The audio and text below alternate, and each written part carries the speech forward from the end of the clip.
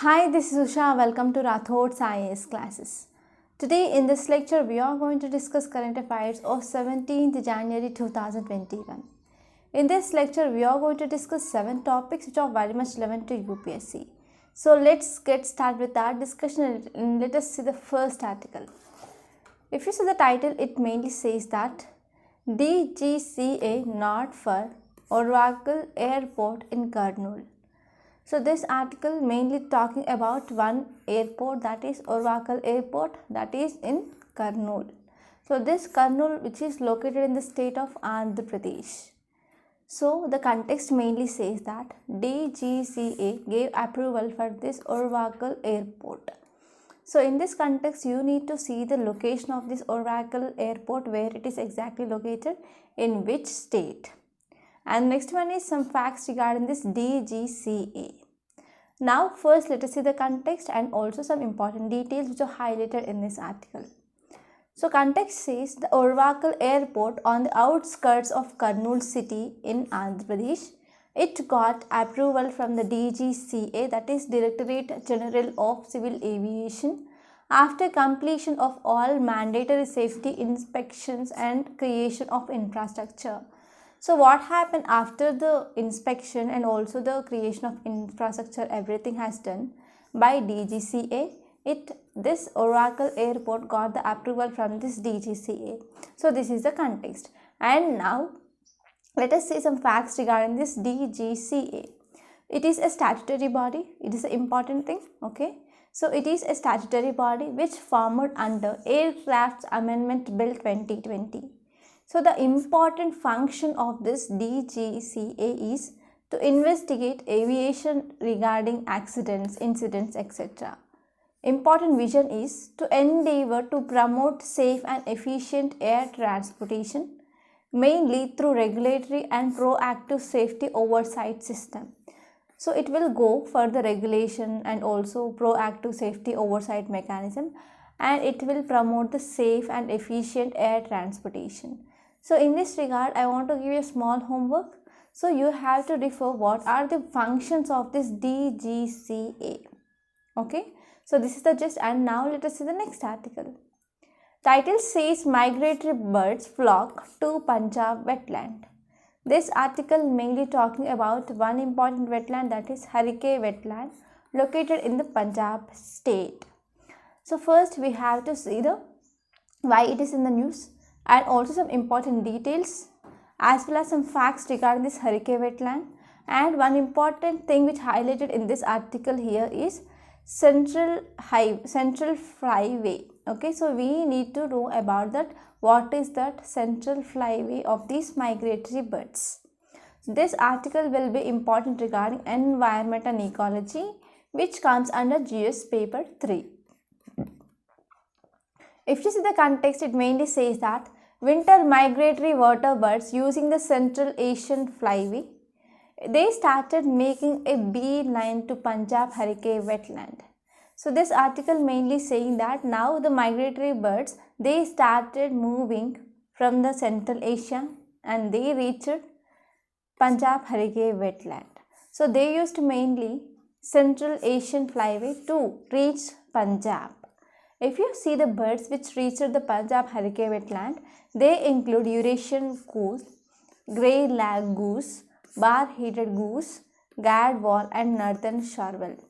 And if you see some facts regarding this Harike Wetland, it is located in the Punjab and it is man-made waterland or the wetland, and it came into existence in 1952. And this wetland mainly formed by the constructing some headworks or the dams across this Rathod River. And this Harike Wetland mainly located at the confluence of the Bias and Satluj. So some of the important conservation challenges which are facing by this wetland include encroachment, weed infestation, industrial effluent, illegal fishing, poaching of birds. So these are some of the challenges which are facing by this wetland. And now let us see some facts regarding the flyways. So what are these flyways? As we know, the migratory birds, they move from one place to another place, especially in the winter. So whenever in the northern area in the northern Asia, what happens whenever there is a winter that arrived, that means there will be low temperatures, right? So whenever there is a low temperature in that, they will come to the south side, they will be shifting to the south side. So normally the temperature is high, correct?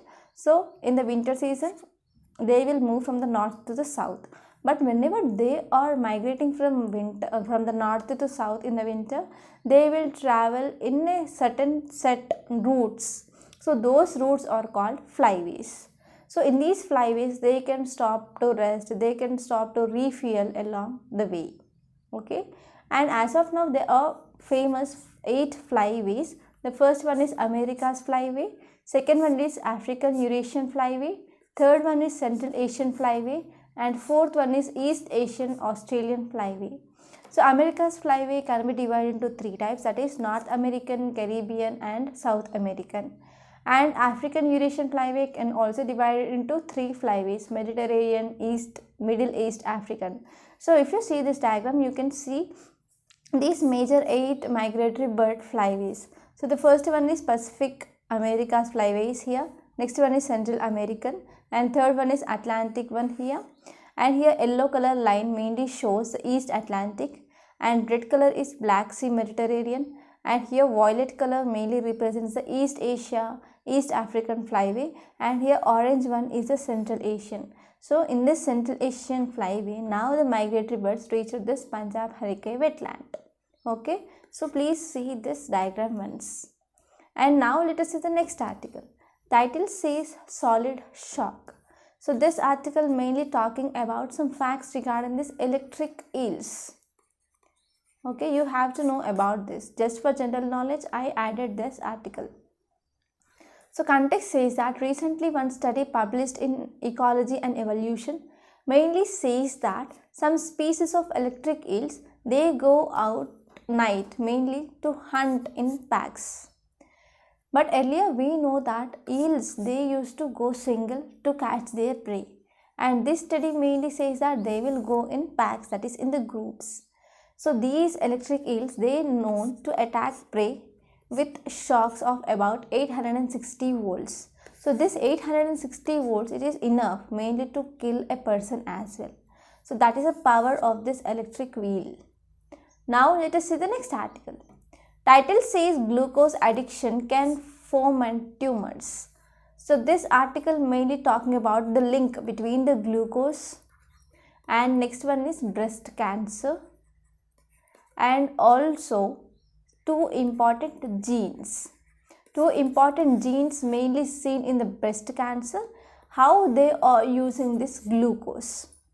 So first of all, what is this cancer? In this cancer, we can say there is uncontrolled cell division. That is, cell, it is going to multiply very fastly and very rapidly, and this cell division process is also uncontrolled thing. So whenever we see there is uncontrolled cell division is happening, so this is called as a cancer. Now let us see some facts which are given in this article, and let us try to understand what is the role of genes in this breast cancer especially. So context says, recent study reveals genes' role in regulating the glucose utilization by breast cancer cells. So in the breast cancer cells, how they are using the glucose. Okay, if you see some data regarding breast cancer in India, breast cancer, it is a top cause of cancer which is related to the deaths in Indian women. So if you see in Indian women, we see there is a cancer like cervical cancer and the breast cancer. So these are the 2 types of the cancer that is increasing the mortality in the Indian women. So if you see the data, it mainly says that 2 million new cases detected in 2018 related to the breast cancer in India.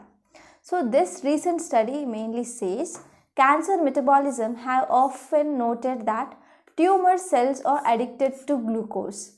So whenever any patient who is suffering from breast cancer, so the glucose, that is C6H12O6, which is entered into the cell. So this cell will utilize this glucose which is entered into the cell mainly to divide into other cells. So this cells which is utilizing this glucose which is entered into the cell, and it is multiplying rapidly. If you are comparing with normal cells, glucose which is enter into cell, so this cell will utilize that glucose for the energy production only, but not multiplying that. So this is the difference between how the glucose utilized in the breast cancer cells and the normal cells. And in this study, they mainly found two genes that are important cause for regulating the glucose utilization by breast cancer cells. So those two genes belonging to the class CBX gene. So you can get a prelims question like, so CBX gene which is recently in the news, it is related to which? A, B, C, D options will be given and you are asked to select the correct option. So in this way you can expect questions in the prelims. So two genes of this CBX gene include CBX2 and CBX7. So this CBX2 mainly promotes glucose uptake and consumption. If at all any breast cancer cell is present, so in this breast cancer cell, CBX2 gene mainly promotes for the glucose uptake and consumption, and after consumption and uptaking this glucose by that cell, then it will divide rapidly and uncontrollably. And the next one is CBX7 gene. It is having the opposite action to this CBX2. It will limit the glucose consumption in the cells. So what is the relationship between this CBX2 gene, CBX7 gene in the breast cancer patient and the normal people? So in this breast cancer patients, this CBX2 genes, they are more in number than compared to that of this CBX7 gene. And in normal patients, CBX2 genes are less compared to that of this CBX7 gene. So whenever this CBX2 genes are more, then the glucose content will be uptaken more, it is utilized more, and it will lead to the rapid division of the cell. Okay, so this is the thing that you should remember. And now let us see the next article.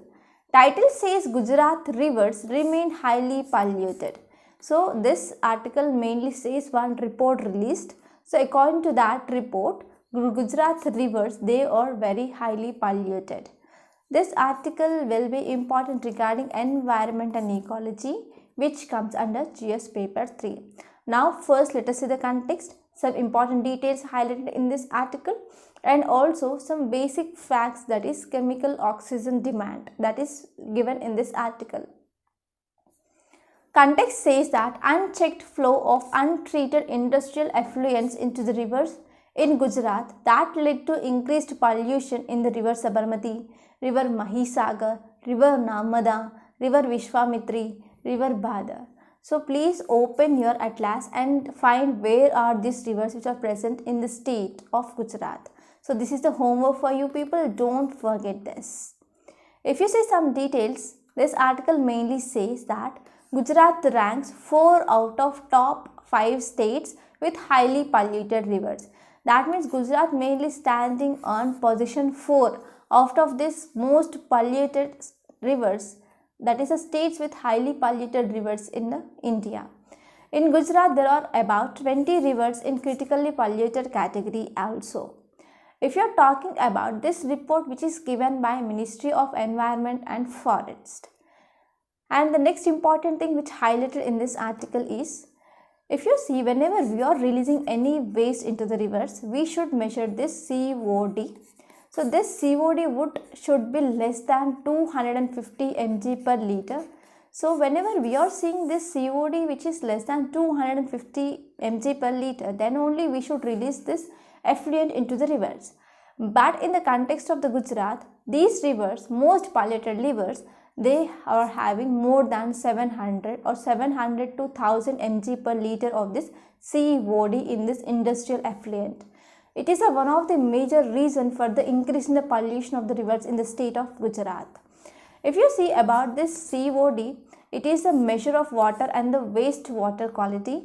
So this COD, which means the amount of oxygen which is consumed by the chemically oxidized organic water contaminants to convert into the inorganic products.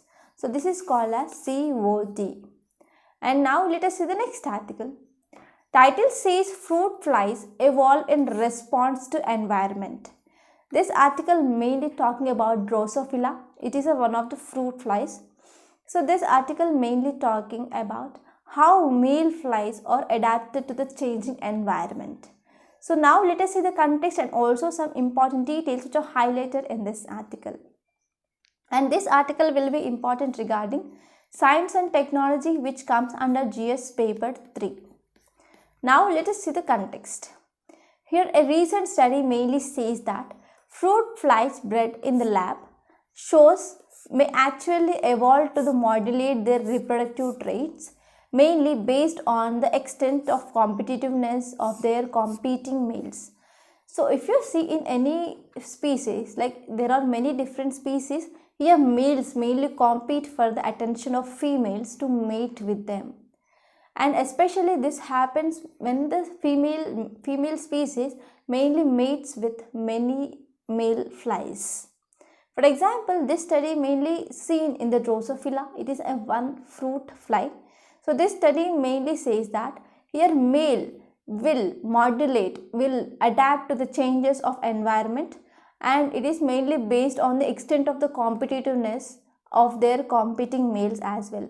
So whenever there is an increase in the competitiveness between the males, so the males also will adapt to the change in the environment and they want to win in this race.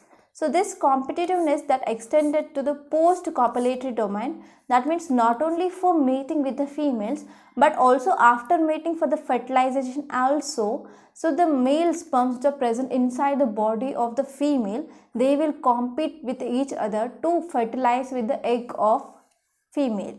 So this is called as a post-copulatory domain. So in this post-copulatory domain also there is evaluation that is seen in the male sperms.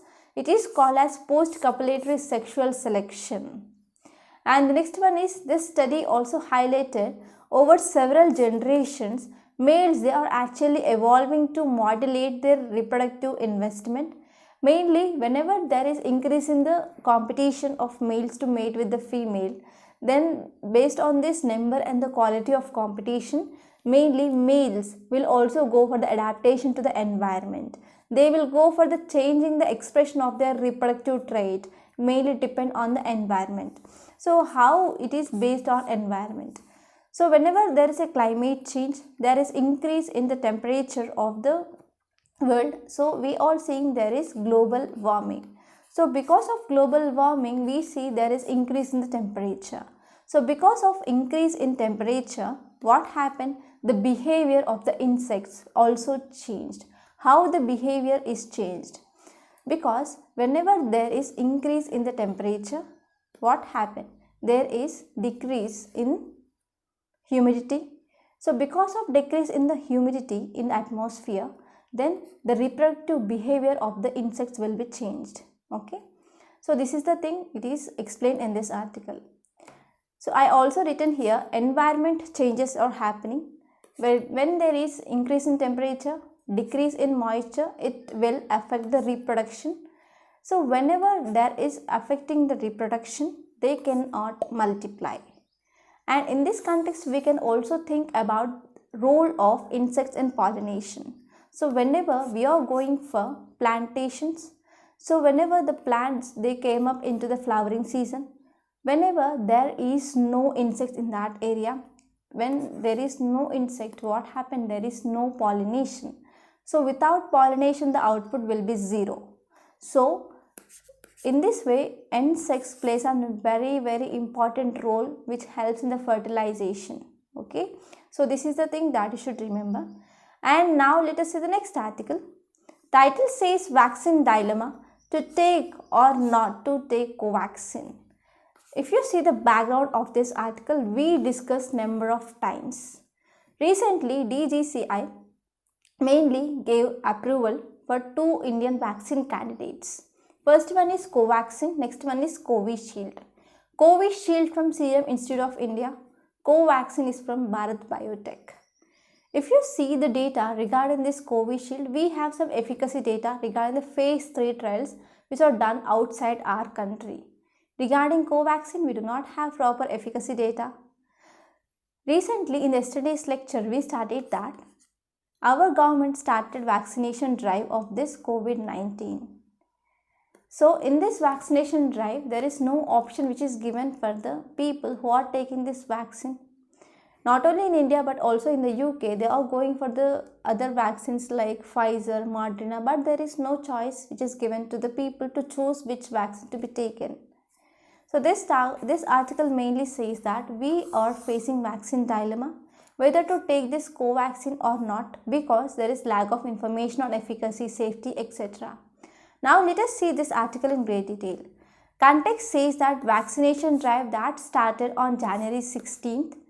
In this vaccination drive, there is no choice which is given to choose vaccine to the people.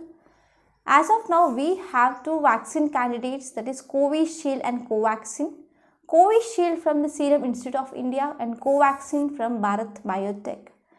Regarding this Covishield, we have efficacy data. And regarding Covaxin, we have no efficacy data, interim safety data, efficacy levels, etc. So now there is a question which arises here is it ethical to offer one healthcare worker Covaxin whose efficacy is not known and another healthcare worker Covishield whose efficacy is known? So which center will get which vaccine will be decided by state government. So this is the one of the important question that is arising now. Okay, so this is the gist of this article. So before concluding this, I want to make a small announcement. We came up with this Current Affairs Package course. So in this course, we are exclusively focusing on current affairs and mains answer writing practice. We are providing weekly prelims practice questions also based on current affairs. We are also providing the video solutions, how to approach those questions. We are going to discuss some tips how to solve those. So this course will be very important to clear both the prelims and also mains. So please join this course. Don't hesitate to join this course and don't take this course as a choice for you, because it is very beneficial and also highly economical, and this course it is for 1 year. So please join this course if you are interested. The details of this course which is given in the description box, so please visit that once. And now let us see the essay. The COVID pandemic has revealed the urgent need for effective governance everywhere. So this is the essay topic. Please write essay, not more than 750 words, and you need to take the time of 1.5 hours. Okay, try to write the essay. So I want to say one thing in this platform here is, many of the students, they started writing the answer and they are improving gradually. I want to congratulate those people. Okay, so please try to write this essay. By this we are concluding today. I hope you enjoyed this lecture. Please subscribe to my channel and don't forget to like, share and comment my videos. Thank you so much.